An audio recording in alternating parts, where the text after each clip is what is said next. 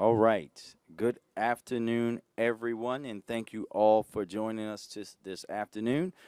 As you know, I've focused my entire career on prioritizing Baltimore's young people.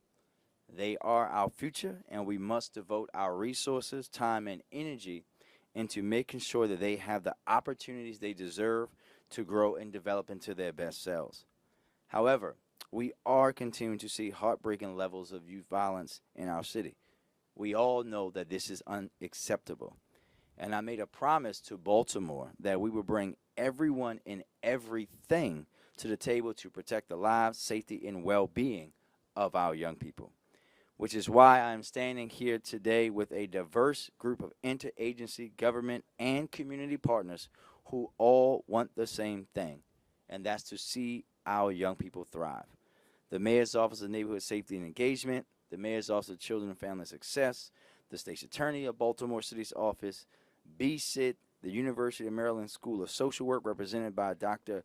Liggett Creel, our city school CEO, Dr. Sandalisis, Commissioner Harrison, the Moore administration, represented by Kayla Williams, Senior Intergovernmental Affairs Liaison, Recreation and Parks with our Director, Reggie Moore, the Mayor's Office of Employment Development, Waterfront Partnership, Sons of Phoenix, Rich Foundation, We Are Us, Catholic Charities, EBDI, and Johns Hopkins. And as we get closer to summer, and we got closer to summer, I charge my administration under uh, City Administrator Faith Leach, our Deputy Mayor for Equity, Health, and Human Services, Dr. Duraza, our Mayor Office of Children and Family Success Executive Director, Dr. Brooks, and our Monty Executive Director, Jackson, to put together a comprehensive youth engagement plan for Baltimore. And they did just that. Today, we share that comprehensive plan, appropriately titled Be More This Summer with You All. This plan was informed by the input of over 300 young people involved in a series of discussions across 8 schools and recreation centers about what they wanted to see from their city and in their city this summer for them. This plan is designed to ensure that our young people are safe and engaged, that they are provided opportunities to enjoy their time off from school by participating in activities that we know they want to be involved in. Activities like midnight basketball, pool parties, concerts, just to name a few.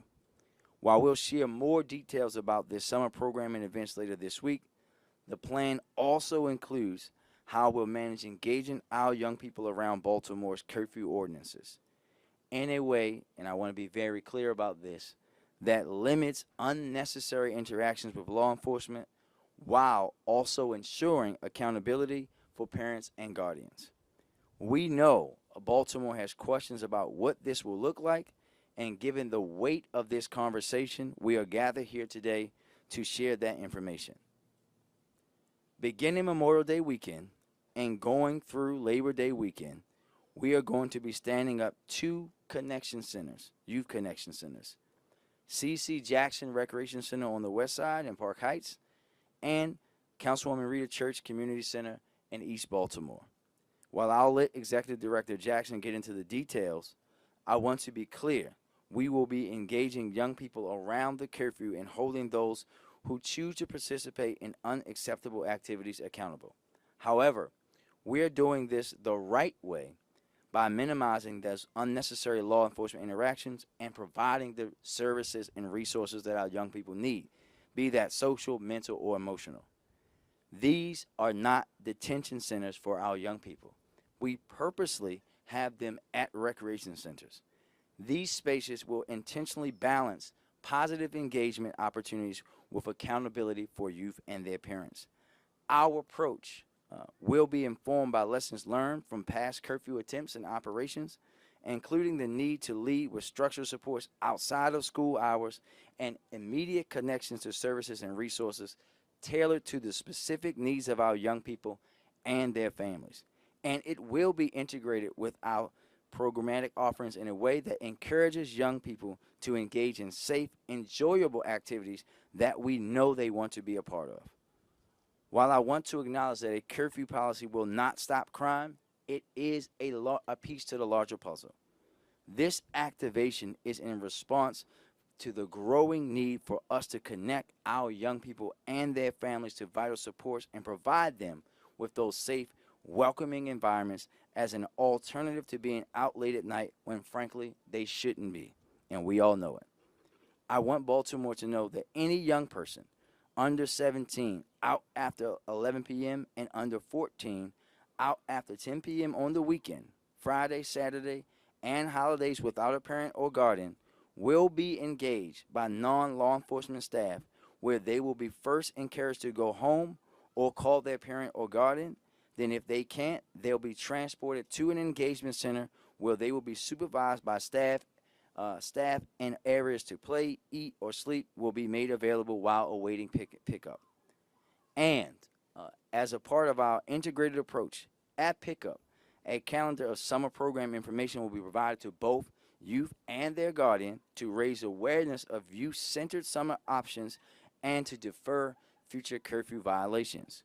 We all want our young people to have a safe and engaging summer.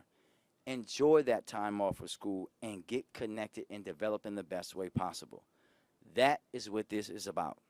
I want to remind folks that our curfew activation is not centered around punitive consequences for our young people or their families. This is an opportunity for us to connect with them, meet them where they are, and raise awareness around all the great events we have planned for them this summer. In fact, many of you may remember that as a councilman in 2013 and 14, I rewrote Baltimore's curfew law to make sure that we were required to offer and send supports for families. That is what this is about. Remember, we don't just want our young people to do more this summer. We want them to be more this summer and beyond. And with that, I'll turn it over to Director Jackson. Thank you, sir. Good afternoon, everyone. I want to start by thanking all of our partners who were involved in the creation of Be More this summer and the integrated engagement strategy. A very special thank you goes to Dr. Brooks and the Mayor's Office of Children and Family Success team and Dr. DeRaza for their partnership in this work. Our young people need and deserve our collective support, our investment, and our love to make sure that they grow up safe, alive, and free. And it's not just on individual parents. It's on all of us, the entire village, to look after our young people. And this plan that includes a host of structured and safe activities, coupled with a curfew activation that prioritizes the safety of all of Baltimore, is exactly that. The village coming together to protect our young people and support their ability to thrive. As the mayor said, we're taking a distinctly different approach toward the planning and execution of our curfew engagement strategy. This is about striking a balance between making sure that our young people have safe access to places and providing them with resources and engagement that we know that they're looking for. This approach is something that hasn't been tried here before in Baltimore, not in any of our 3 prior curfew activations. Past curfew attempts have overemphasized the role of law enforcement in a way that alienated our young people and framed curfew engagement as a punishment instead of an opportunity to connect with our children. This time around, we're emphasizing support, safety, and engagement as critical parts of this process. We've identified 3 primary static locations where specifically trained engagement staff are going to be active, based on the popularity of these locations for youth gatherings. Those areas are the Inner Harbor, Fells Point, and Federal Hill. In addition, curfew engagement staff is also going to dynamically mobilize as needed to areas where young people are gathering to encourage them to disperse and to return home and share programming information with them. It's equally important that individual or small groups of children and young people be engaged during this strategy, because in many cases, these are the young people that are at the most risk of harm or in need of social supports. And so it's with this in mind that transportation vehicles will also travel through Baltimore's neighborhoods to assess where curfew engagement should occur. I want to reiterate that this is not going to be police going around criminalizing black children. In fact, when we engage young people around the curfew, that work is going to be led by social workers and youth peer ambassadors to assess the situation, to offer resources, to share programming information, and engage directly with young people in trauma-informed ways. Gone are the days when BPD drove young people around in the back of their patrol cars or police vans to curfew locations. Young people will be transported to youth connection centers in appropriately branded vehicles, and teams of non-law enforcement engagement staff will handle that transportation. At the centers, we'll have social, mental, and emotional supports at the ready, including mental health clinicians, social workers, service providers, and Baltimore City Recs and Parks staff. Centers will also include age-appropriate spaces and activities to ensure that our younger children and teenagers are equally engaged as they wait to be picked up by a parent or a guardian. In line with our commitment to Baltimore's young people, if engagement staff see signs of neglect or abuse, young people will be referred to the Department of Social Services, where screeners are going to be available 24/7. If you want to see what our curfew engagement looks like, we've printed out a process map to help Baltimore follow along. The following accountability measures will be put in place to limit repeat engagements. For a first offense, a written notice and warning will be given to a parent and guardian at pickup. For a second offense, a fine of $50 or family counseling will be imposed. For a third offense, a fine of up to $500 or community service for the parent or guardian will be imposed. The City of Baltimore is in the process of contracting with Johns Hopkins Center for Adolescent Health to complete a process and an impact evaluation following the completion of the summer programming. This evaluation will inform future programming and plan sustainability moving forward. Ultimately, this is about communal parenting. These are all of our children. We all want this to be a positive experience for our young children, and we want all of our children to be safe at home or involved in structured programming that will be available across the city throughout the entire summer. To this end, young people who are involved in city-sponsored programming will be given city-issued wristbands to verify their participation, and they have an hour to get home at the conclusion of the events that they're participating in. We're excited to work with our partners and our friends at the Mayor's Office of Children and Family Success to deliver on the administration's integrated strategy and ensure our young people are engaged this summer. This wouldn't have been possible without partners who truly believe in the value of Baltimore's young people. Partners like Dr. K, who is behind me at the UMB School of Social Work, who's partnered with the administration around this strategy to ensure that social workers are on the front lines of our response, helping our young people and connecting them to resources that they need to live their best lives. At this point, I'll turn it over to Dr. K. Thank you, Director Jackson. Good afternoon, everyone. My name is Dr. Kyla Leggett-Creel, Dr. K from the University of Maryland, Baltimore. We are honored to partner with the city to provide support to youth during the summer at the curfew centers. It takes a village to raise a child, as Director Jackson just referred to, and we are proud to be part of that village. The youth of Baltimore are all of our children, and we need to be part of providing for the needs of our children. The University of Maryland, Baltimore will be placing social work support in the connection centers to assist with linking youth and families with resources as needed. We can assist them in connected with youth development programs. We can assist them with accessing food, reconnecting with schools, getting vital records, enrolling in programs, or just having a supportive adult to speak with. We can also help youth identify their strengths and gifts so that they can continue to grow and thrive and become the leaders we know that they are. We are excited to be part of this initiative, and we look forward to working collaboratively with Baltimore City. Thank you. Thank you, Director Jackson, and thank you, Dr. K, and the entire team for your great work on setting the framework for how we're going to deal with our young people in curfew this summer. And with that, you all, we will take questions. Oh, hold on, Dave, you got to come over to the mic. They're recording it.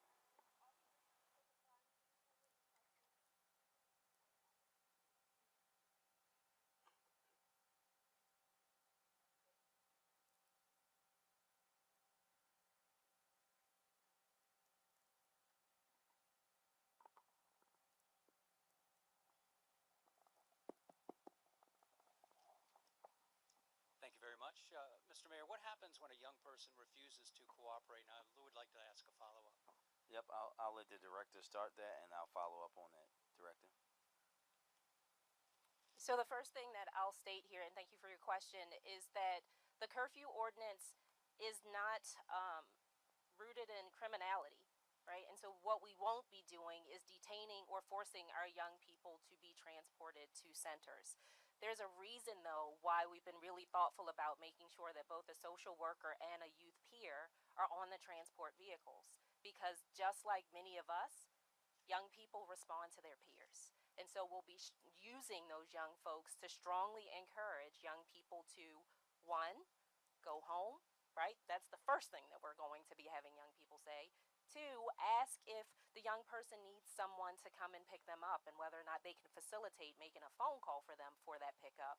And then as a last resort, letting them know that the youth connection centers are safe places, engaging places, places where they can get more information about summer programming so that when they do want to hang out in the evening, they've got somewhere that's structured and safe to go. And last but not least, being willing to provide that transportation there. At the end of the day, if a young person decides that they are not going to disperse, again, we won't be forcing young people into vehicles, but I suspect that we'll either see young people go home because we plan on being pretty relentless or getting into the vehicle. Thank you. And David, I'll just, in 1 second, I'll follow up.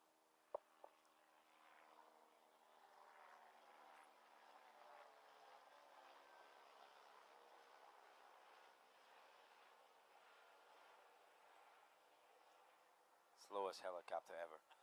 And I'll just follow up, David, to say that I want us all to be reminded on a few things. One, we're building and coming on this in this work. Many of these people that we heard us talk about today were involved in the Squeegee Collaborative and how we attack that issue, right? And we attack that issue not having BPD, as it has traditionally done, lead that effort. And we've seen the result of that. This work, informed by young people, informed by their peers, right? That's how we're going to make that approach, right? And we have to be reminded of that and make sure that we lift that up.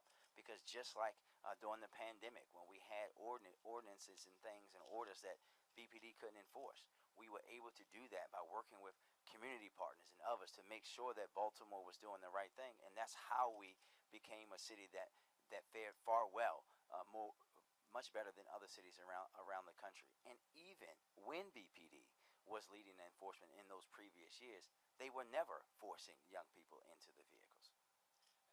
As a follow-up, what will prompt police to engage? Will it be complaint-driven only? Do they just happen to see at the memo says 10 people or more? And I know what you guys have said early on in the press conferences, you don't want unnecessary interaction with police. Doesn't this force that kind of interaction? Yeah, I'll start and let the solicitor start there, and then I'll come behind the city solicitor. Madam Solicitor? There she is. Good afternoon. So the 10 people, if they are after curfew hours, so it would not be any engagement. And what the police officer would do, according to the PCM, the memo that I'm sure you already have, Dave, is that they would contact, the police officer would contact their supervisor and then also connect with the Youth Connection Center. So that is triggering for the resource to actually come available, because the engagement, the first engagement, will not be a police officer. It will be one of the partners. So it will be it triggers them to know to contact the Youth Connection Center, also their supervisor if necessary, and also their partners who would engage. David, just to finish that point, I think, and I know I said this at the initial press conference too, while many folks are focused solely on the groups and large groups. I think that's important. I think we also should note that we're also talking about very young children out by themselves, long ways away from home, and everybody, police, every government agency, every community member has a role and responsibility to make sure that those young people are okay too. And we can't just be negligent in that. This is about those young people. This is about those stories that you heard me tell you about 4 and 5 year old children who came to a youth connection center on purpose. This is about those children who came and said that they knew things about parents that they should never know, right? This is about connecting young people who are clearly in need to services that they need for them and their families, and we have to do that and do that in a very deep and intentional way. Keith? Yes, Mr. Mayor. You called for this curfew last month after gun violence at the Ann Arbor that involved youth, and rightly so. You were concerned about this. Specifically, why do you think this curfew plan will be effective in curbing juvenile crime? And then, of course, Mr. Mayor, I have a follow-up. I'll say again, Keith, and you and I have talked about this a billion times, right? You hear us say again that this is a part of a wider plan, a whole plan of summer engagement for our young people that goes into the other engagements that we have and plans we have around young people to help us reduce violence. Never did I say that the youth curfew itself would go out here and be a silver bullet to reducing youth violence in Baltimore, because I'll tell you this again, there is no silver bullet. But what I will say to you, if I'm 10, 11, 12 years old, and we've had 12-year-olds murdered on the streets of Baltimore this year, and I have a young person like me, a youth ambassador from Heart Smiles and other organizations come to me and say, you know you're not supposed to be out here. It's not safe. And we take that young person over to CC Jackson or over to Rita Church, and we find out that that young person is living in a home where they are essentially the breadwinner, or where they are being abused, where they are having their family members are struggling with addiction, and we intercede in that, we are saving that life. That young person become the victim of violence and or grow to be carrying out that violence. That's what this is about. And that is what you have to understand, that this is not something that can be sensationalized. This is not something to play with and run over and over again. This is about saving lives in every single way. Very good. Mr. Mayor, and the follow-up. One more point on that. Yes, sir. Because our decisions are also rooted in data, what we know to be true is that comparing this year to last year, between 9 p.m. and midnight, we saw a 100+% increase in youth homicides, shootings, and acts of violence. The curfew begins at 9 p.m. for a certain age group and at 11 p.m. for another. Great. Thank you. Mr. Mayor, the follow-up question, I don't know whether you're going to answer this or the police commissioner, but it's regarding the policy 1205. BPD suspended policy 1205, which was part of a previous curfew enforcement on the books, which allowed so-called pat-downs of juveniles. The new memo sent out by BPD referenced that it's suspended. Why was that particular policy suspended? Both the commissioner and the city solicitor will take that question. Okay, thank you. Mr. Commissioner, thank you. Thank you, Mr. Daniels. Curfew is not a violation of criminal law. It is a status offense.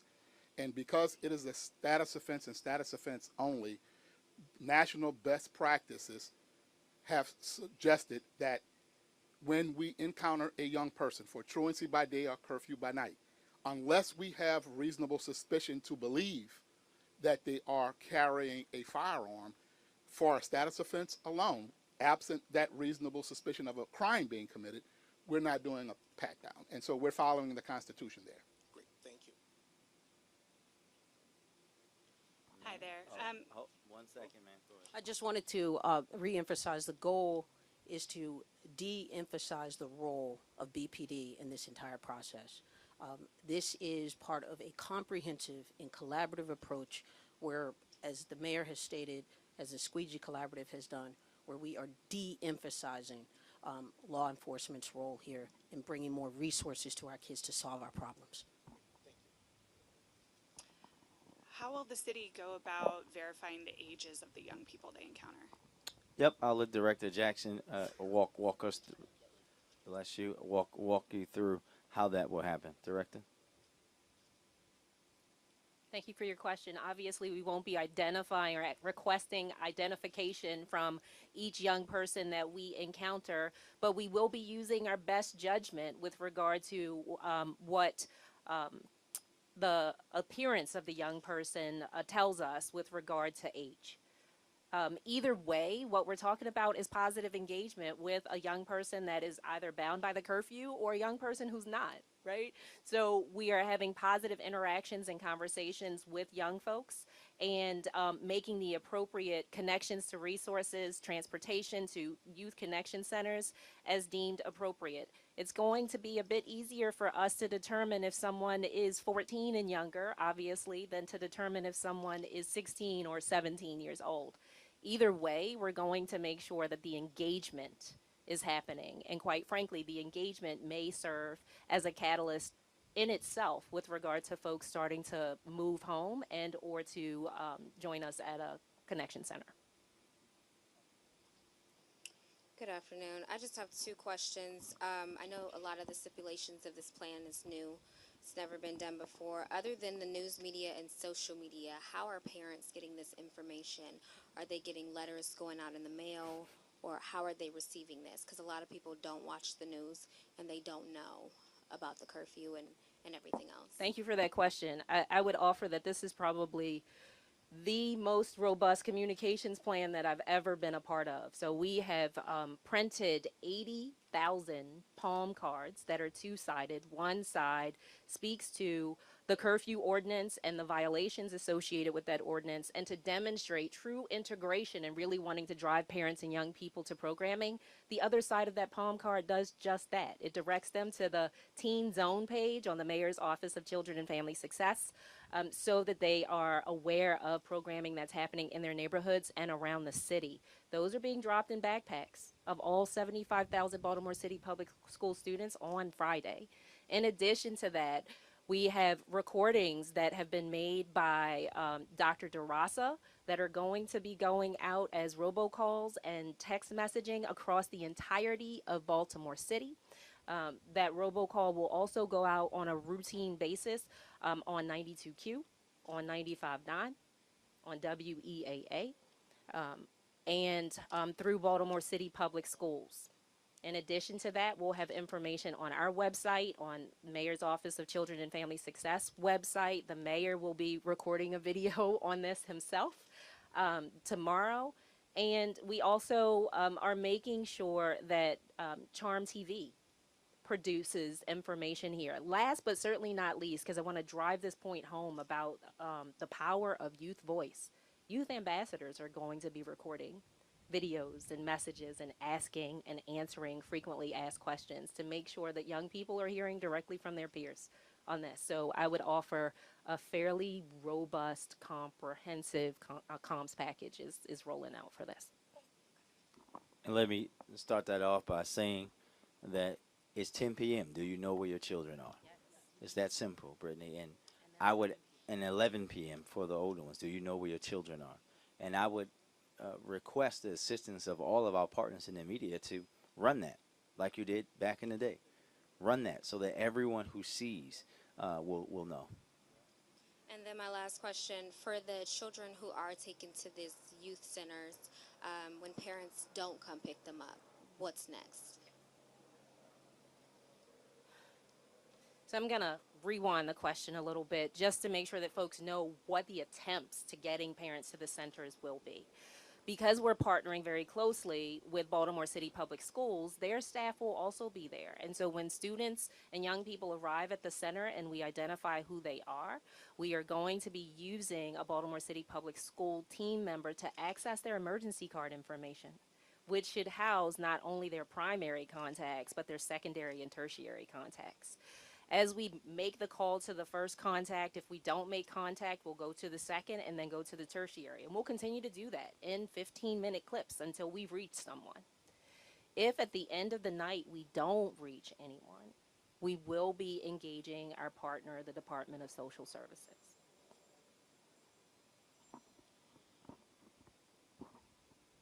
Two questions.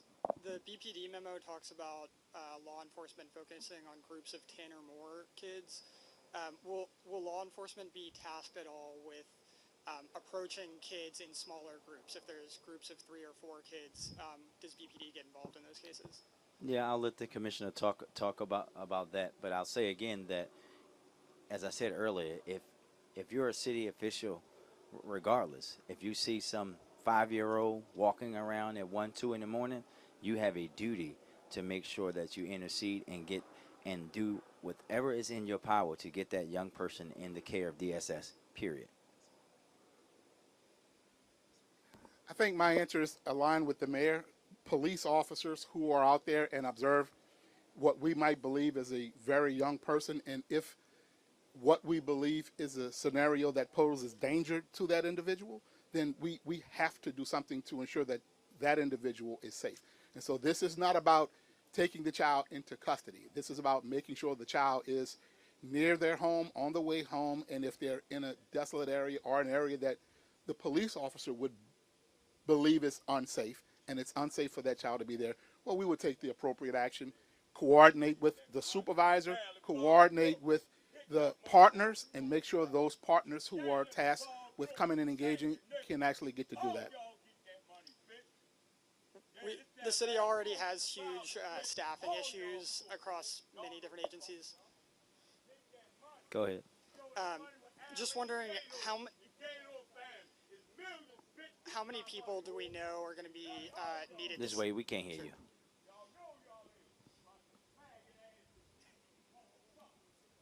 Go again. Yeah, so the city has huge staffing issues across many agencies right now. Do we know how many people are going to be needed to staff curfew centers as well as transport, and are all of those people in place right now? Yep, Director Jackson has all detail on that. So within the centers across the 2 sites, there will be 18 staff members. We have identified agency partners that will be in those spaces, and those agency partners have provided a list of the folks that are going to be standing in those roles. With regard to our static locations that we identified, Fells Point, Federal Hill, and the Inner Harbor, we're talking about a staff of about 9 to 10 across these 3 areas, and we've also identified many of who those folks will be and anticipate finalizing the list of individuals today. That includes transport staff as well? So yes, so transportation staff, again, in partnership with Baltimore City Public Schools, the transport vehicles are Baltimore City Public School vehicles. I mentioned during my remarks that they were going to be very well branded, and so in addition to having Baltimore City Public Schools brand on these vehicles, they will also have Be More this summer magnetized brands so that young people know that they are getting in a vehicle that's sponsored by the city. Baltimore City Public School bus drivers will be the drivers of these vehicles, and you heard from Dr. K and also from me before that we're going to have a social worker on each bus, and Joni Heart Smiles will be providing, which is a community-based partner, will be providing youth peers on each bus. And yes, all of those folks have been identified. Sir? I just wanted to ask one question about what critics are saying about the enforcement part of this. Are you giving too much control to kids in this process as far as they get to decide whether or not they go to these centers? They don't get arrested. They have some fines, but they may also be hearing, back to that last question, that we don't go to the Inner Harbor, we don't go to Fed Hill, we don't go to Fells Point, we can go anywhere else, and we can kind of roam around the city and not accept anything. So what do you feel like you're giving too much control to kids in this situation? We don't. Well, no, let's rewind and do a little bit of education here. We never arrested kids for curfew in Baltimore. Anybody that told you that is a bald-faced liar, period. The penalties, the criminal penalties for curfew in the old law were always on the parents. And how idiotic of it was it of us to back then potentially see a 7-year-old out on the street on a Thursday or Friday night, arrest a parent, and not expect a 7-year-old to be out on the street the next night when their parent's in jail.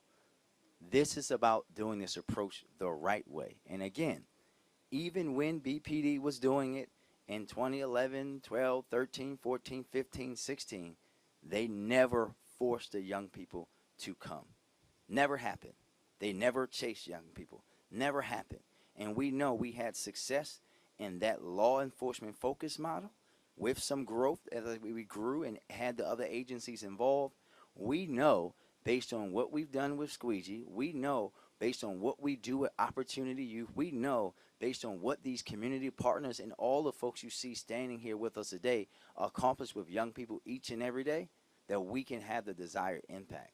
And want to be very clear again that we want our young people to come to the Inner Harbor. We want our young people to enjoy all the things that Baltimore has to offer. But young people are not supposed to be outside at midnight and 1 a.m. It's that simple. And we will be doing programming here for young people. We'll be doing that this weekend for teens right where you and I are standing here talking today. This is about making sure that we make this approach in the right way. We can do the both and. We are not sending mixed messages to our young people. We are not trying to criminalize them. We are trying to work to make sure that they are safe and that they and their families have the resources necessary for them to thrive. No, we're coming up on time, but I don't know if there's anyone from Heart Smiles here who can talk about training or whether it be on de-escalation or. She unfortunately is actually at the school system doing what she does each and every day, working with young people. Is anyone here able to speak about training, whether it be on de-escalation or effectiveness, when it comes to the peers involved? Yeah, Director Jackson can address that. But what I will say before she does that is that Heart Smiles and these other organizations, Rich and others, that's what they do. They meet these young people where they are. They talk the language. They understand the culture of these young people, and that means a lot. Not even I, who many people see as someone so young and who connects with our young people in a deep way, can always reach them. You have to. If you're talking about issues around young people, you have to have them be a part of the solution. That's where we failed at so many times. So many adults trying to solve issues for young people without involving them. That's why Squeegee Collaborative is successful, because they were a part of it. We can't keep shutting the young people out and trying to treat them in a different way. Also, Heart Smiles is a primary partner with the University of Maryland with a program called Healing Youth Alliance. So the young people actually have received 6 months of training on mental health, resilience, and healing-centered engagement and trauma-informed care. So we're talking about experts who are going to be going out and doing this engagement. Thank you, everybody.